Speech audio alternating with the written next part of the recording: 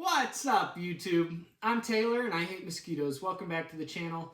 If you haven't already, go ahead and hit that like, comment, and subscribe button, as well as that notification bell below. That way you can stay up to date anytime I post a new video. Today, we're just going to get right into it. We got this bike to fire up. This is the 1979 Honda CX500. That's in for service.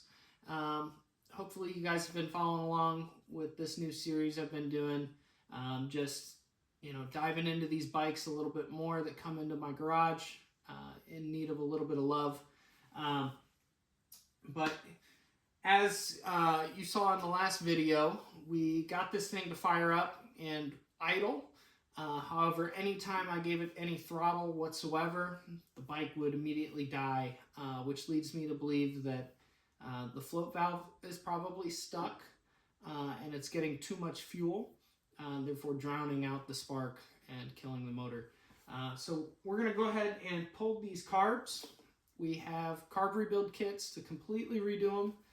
So that's what we're going to do. We're going to go ahead and get those yanked from the bike, get those disassembled, cleaned, and assembled hopefully tonight. If not, then we'll be back at it at the earliest convenience. So we'll go ahead and start tearing into it. All right, come on, follow along.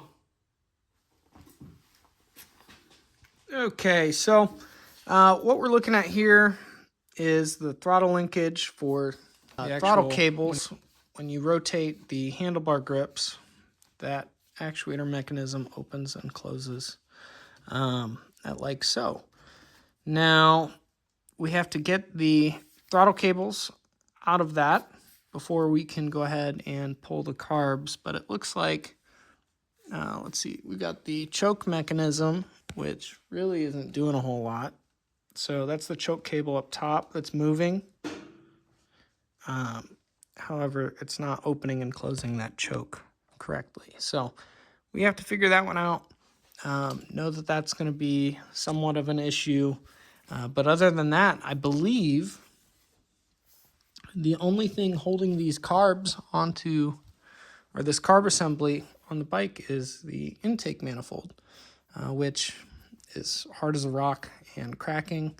So we'll probably have to order new ones of those, just because that'll be easier to get it to run right. Okay, we're going to tear into it. And of course, it helps to have a manual too. So we're just going to flip through to the carb section and figure out the easiest method of pulling this. So hopefully you can see this. If not, I'll zoom in post. Like saying, remove the wire band, breather hose, bypass hose, and choke wire clamp. Remove the carburetor band, remove the carburetor spacer. So the carburetor spacer is this intake boot that's rock solid. So it's recommending do that first, actually remove that first, and then disconnect the, loosen the lock nuts, disconnect the throttle cables, and then disconnect the choke cable at the carburetors before removing the carburetors. So that's exactly what we're going to do.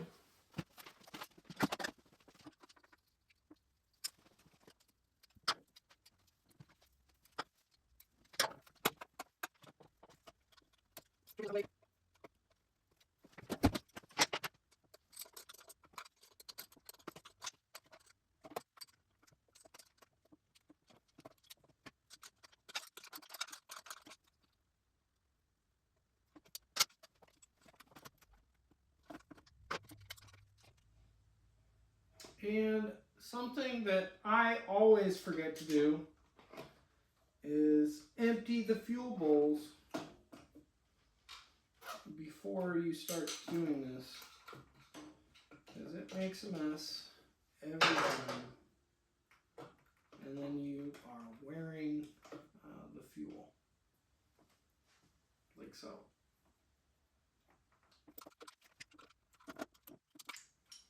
Okay, success.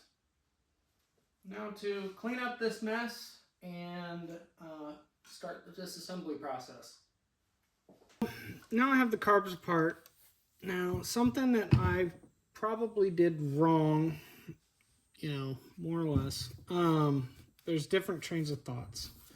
One train of thought is with the last bike I did, the CB500F. So there's a couple trains of thoughts. One is that you remove both of these carbs in this case, or on like the CB500 that I just did, I removed all 4 from the assembly. So that that essentially makes it where you have to absolutely tune the carbs. Now, in this case, I'm going to attempt to do this without having to basically detune it. I'm just going to take the covers off and clean it to the best of my abilities and go from there. So I'm going to go ahead and take the float bowls off first. And this, aside from my Enfield, might be the newest bike I've ever worked on, to be honest. So I definitely like mine pre-79. I'm going to have to bleep this, but the plastic, get the classic. It's easier to work on, but B, I don't know. The old stuff just has more character. If you know, you know. Oh yeah. Look at that fuel. Actually, that's pretty clean. And if you remember correctly, oh, there's just a little bit of gunk down in that one. Down towards the drain. That's really not bad. That's fairly clean. So that's good. We're going to go ahead and replace all of that anyway. Let's see what the other one looks like, shall we? So this one also has this mechanism part, and I'm not entirely sure what that is, to be honest. I can tell, though, that someone's been in these carbs somewhat recently. Like, recently within, like, probably the last 20 years. Definitely 10, 15, but any older than that, really, and people don't use Allen head bolts. Like, these bolts are definitely not stock, is what I'm getting at. And don't laugh, I bought these nice Bondhus Allen wrenches. Got a set of them, standard and metric. Now, what I didn't realize I did was buy the short head ones. So instead of like a traditional Allen key where you have a long head that you can grab on and give yourself a little bit of leverage, I did not pay close enough attention when I was purchasing these. So that's something that I need to do at some point in the future.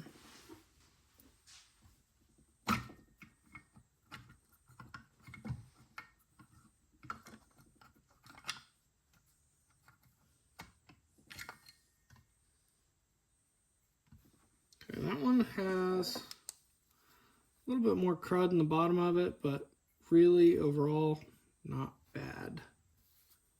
Not bad at all. So happy with that. Next thing to do is we are going to, see if this gasket pops out. The other one just popped out perfectly. We might actually even be able to reuse those gaskets, but since we have new ones, we might as well just replace them.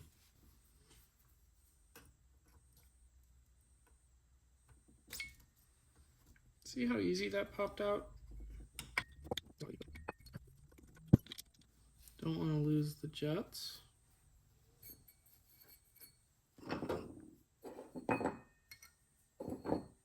And what we're doing now is we're just basically separating these as we go. That side is off. I really need a light that hangs right here because the way that the bench is currently sitting, there is not really enough room, or not enough light, excuse me, not enough light for you guys to really see real well what I'm doing. So, okay. Pull these pieces out next. We're going to start removing the jets.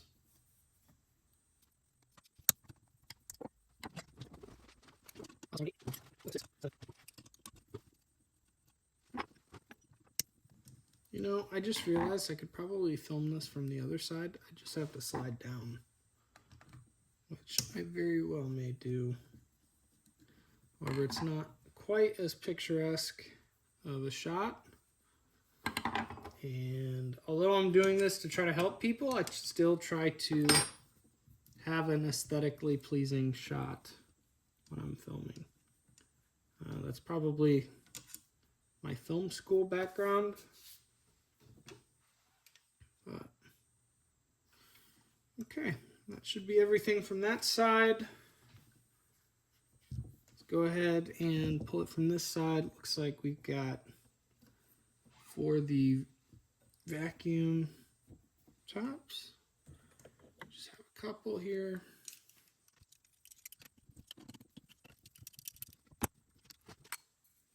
And because I don't like mixing the parts, even though they're different sizes, I like keeping them separate just so I know what goes where, all that good stuff.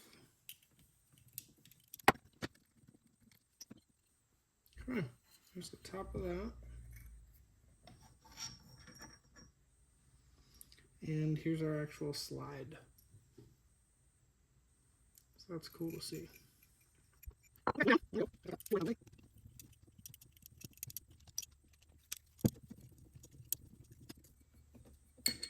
These bigger Allen bolts, for whatever reason, are not knurled like the smaller ones were. And to be honest, I wish they were. It's the little things in life. Hopefully you can see that. This one's got a smooth head, that one's knurled. The knurled is so much easier to grab onto. I believe we only have a couple more things to pull, meaning these on the side. We are going to dive into this. So I believe that this is the air cutoff valve. I could be mistaken, but it seems to be about the right size. So I've never worked on a CX500 before, so this is a new experience for me. So you're watching directly as I figure it out. And I'm holding a little bit of pressure there. I'm taking the screws out because it is spring loaded. Okay. It's interesting.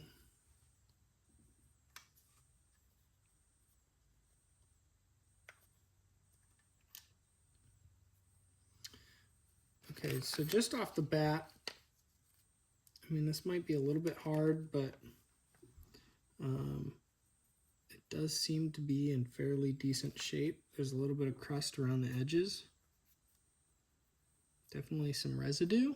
But what's so interesting to me, you have, and this is the spring, that comes in this kit that I ordered, hopefully that's showing up on camera, is a little bit longer than the stock spring.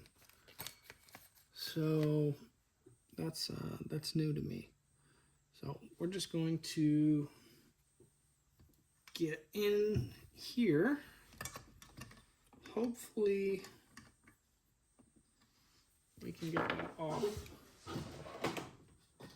I believe I have just the tool for it. So if you're following along at home, you may have to disassemble fully. What I mean by that is completely remove the carbs from each other in order to get this out and replace it. And something else I noticed, there's this little black O-ring right here. I believe that goes right here. We'll try to pay a little bit closer attention for this next one.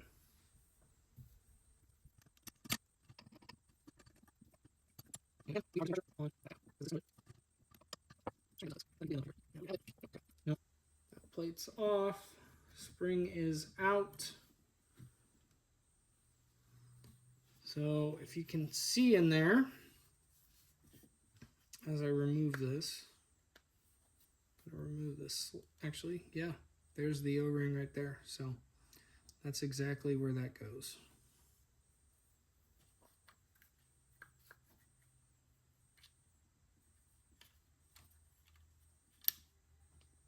Okay. Okie doke. So that is disassembled. I'm going to figure out what this area right here is and then get back with you guys. But that appears to be a guide for the actual throttle slide.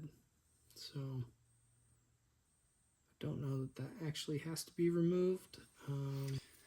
Okay, so we have the carbs all cleaned, sprayed out. We can see light through everywhere we're supposed to see light. Well, actually no. Light is still blocked out of the one. So we're going to punch that out real quick. And before we do that, I'm going to make sure that we have a proper replacement.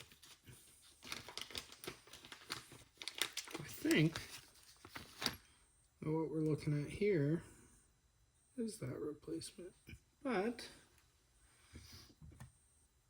again, as I have not worked on one of these before, we shall see. We have this thing, but that is not the correct part, what we're looking for. So we have to be extra careful when removing this.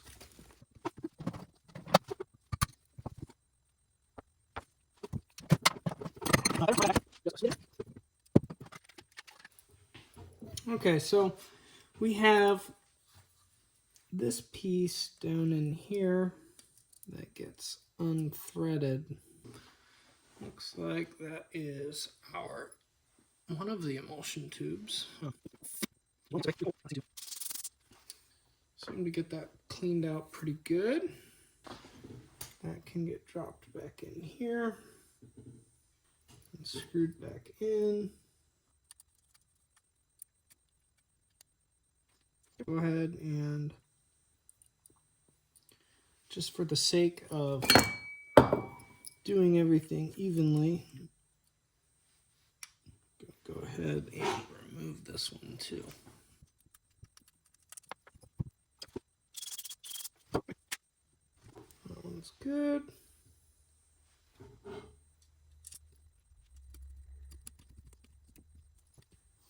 And right now I'm just double checking, making sure the heights are the same on those. this piece right here. It's got a little spring in there. And on the other side of that little spring is a little tiny washer. Metal washer, which does come in our replacement kit. Now that that side is removed, we're going to go ahead and do the same exact thing over here. And this one's actually all stuck together. This one's pretty gummed up.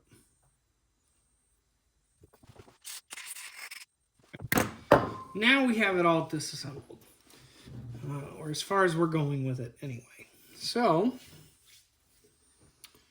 now comes the fun part of reassembly.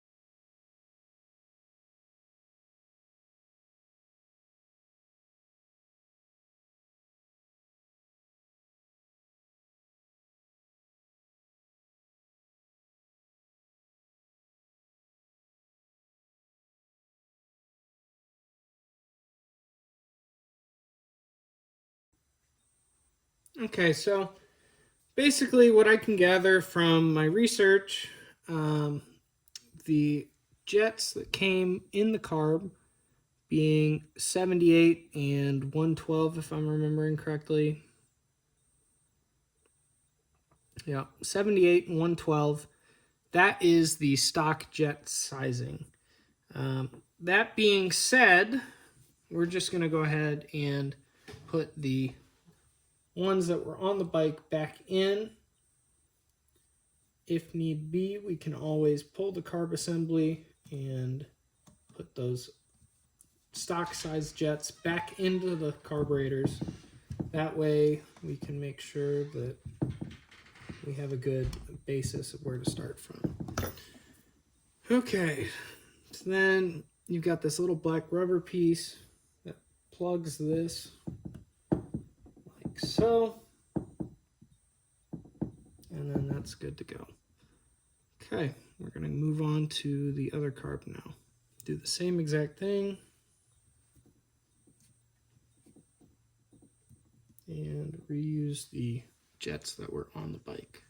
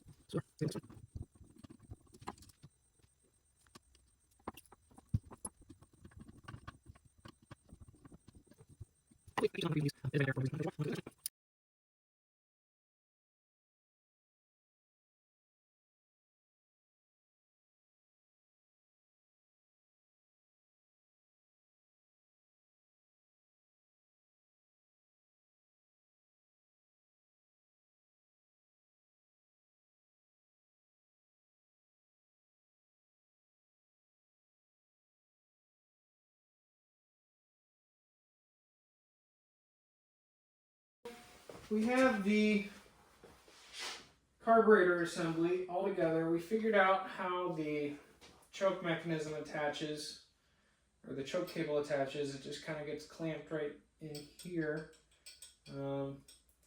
For whatever reason, it was not hooked up. So we are just going to go about getting this hooked up the proper way. We are going to go ahead and leave those intake boots alone for now.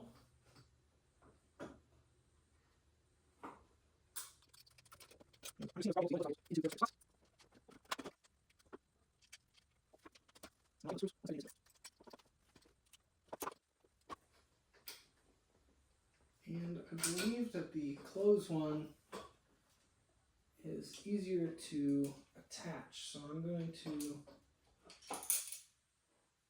the open one first. Just because it is all the way underneath, and it's definitely going to be a pain to get to.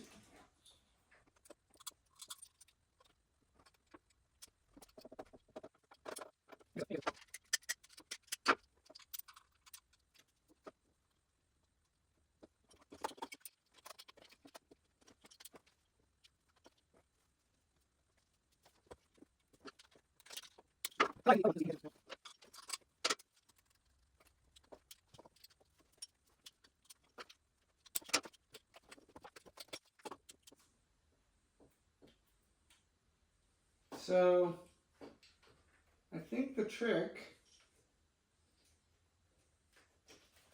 for anyone following at home, is hook the actual cable first and then slide the adjuster screw and screw assembly essentially for each throttle cable over to where it seats. And I will show you all what I mean by that here in just a second.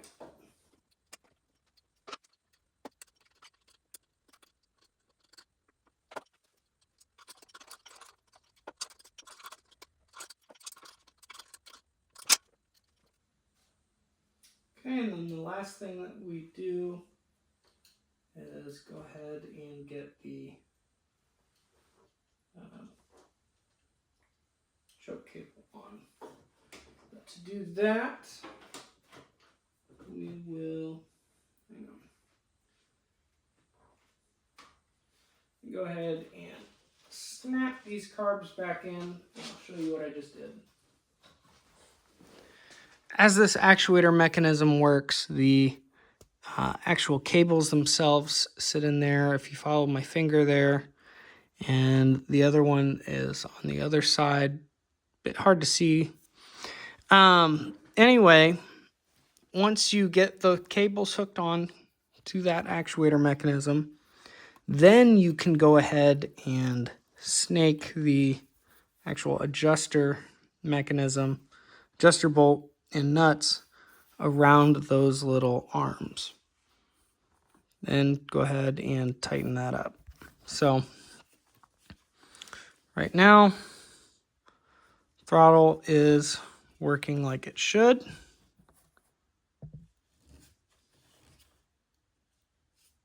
Okay, so that's good. Next thing to do is to attach this loose choke cable here. And I'll go around to the other side and show you how that attaches. So this little screw right here holds this clamp on, and this choke cable, I believe, needs rerouted. So, and we are getting caught up on the fuel line there. Okay. We are making headway, although it's a little hard to do this one-handed.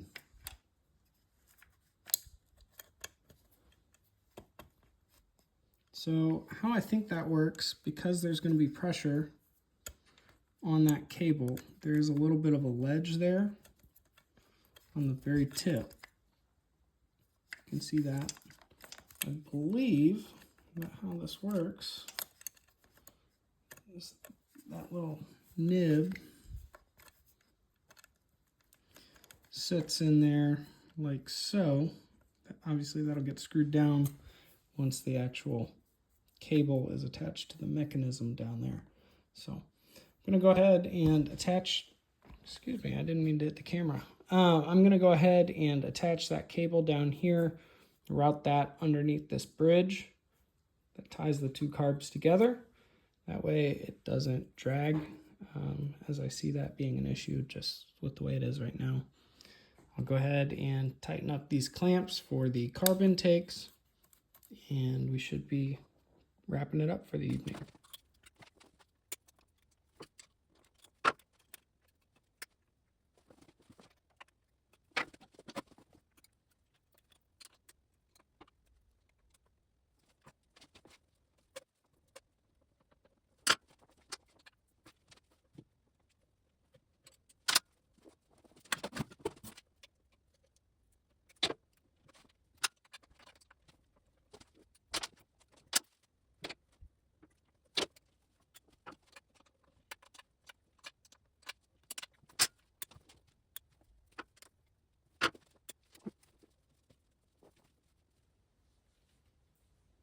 And I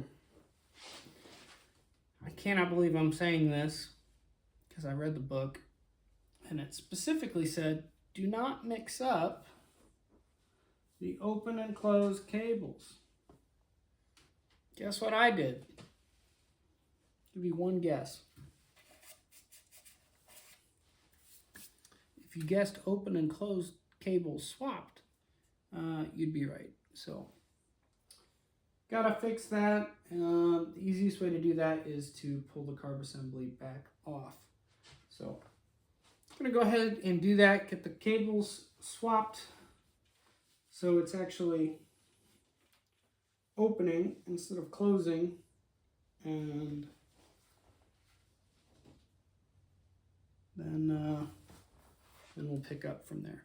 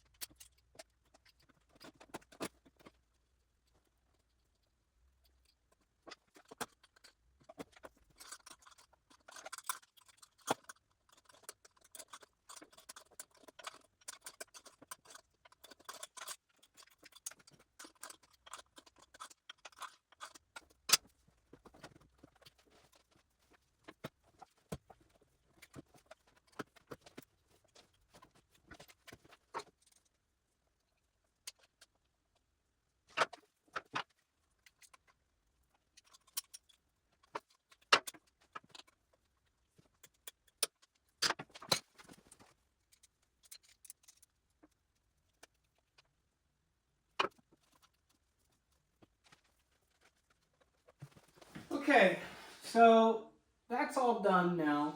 The only thing remaining is what I'm doing right this second. I'm straightening out the throttle cable, so hopefully it's a little bit more smooth of an action. And there's no weird bends in the cables, so that's good. Believe the only thing that we could really do would be to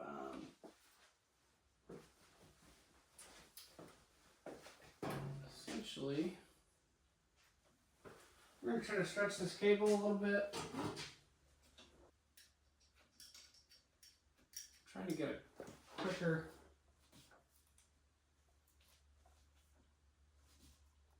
closing response.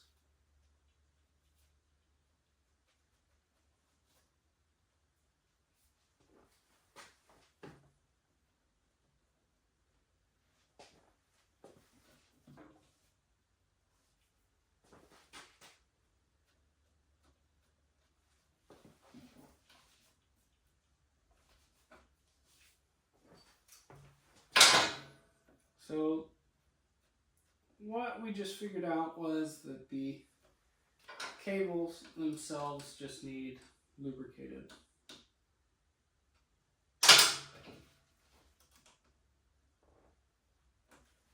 Okay.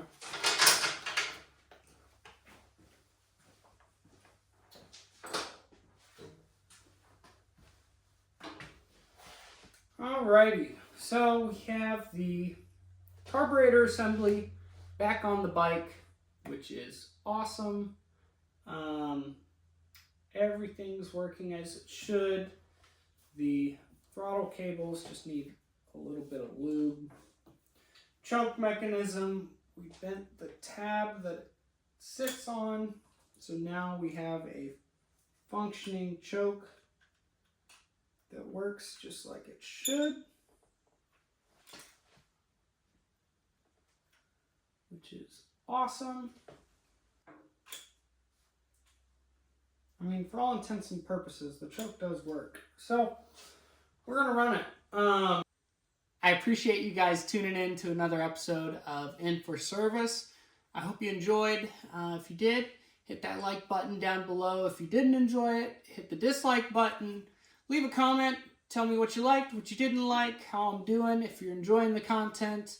But then don't forget to hit that subscribe button too, just so you can stay tuned for anything else that I post in the future. And if you especially like the content, hit that bell notification button because then you will be notified every time that I post a new video. That way you can be first to see it, or one of the first people to see it.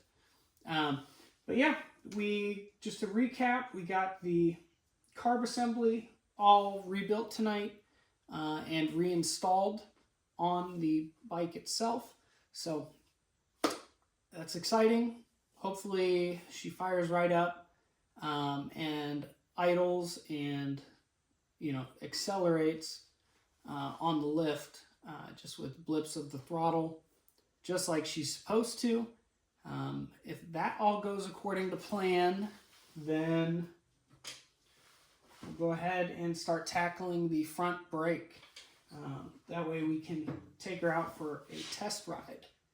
Get her all buttoned up with the seat and the tank. Get the front brake working again, and we'll be cruising. So, all right, that's it for this evening. Thank you all. I appreciate you more than you know. All right, until next time. Bye-bye.